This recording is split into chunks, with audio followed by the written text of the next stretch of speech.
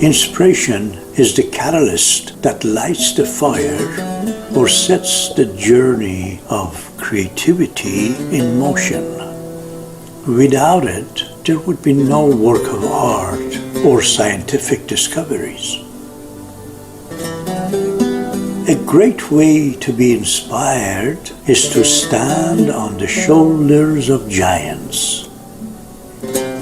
It means being inspired to create using the inspiration of the masters who have gone before us. This time we are standing on the shoulders of an American giant, Georgia O'Keeffe.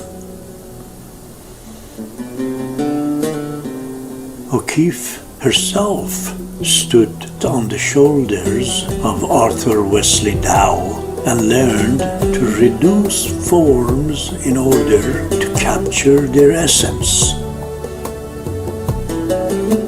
She looked deeper into flowers to create an aesthetic that became her personal style that influenced many American abstract art during the 1960s. Here's an example of how one can ride on the shoulder of a giant to reach for personal identity.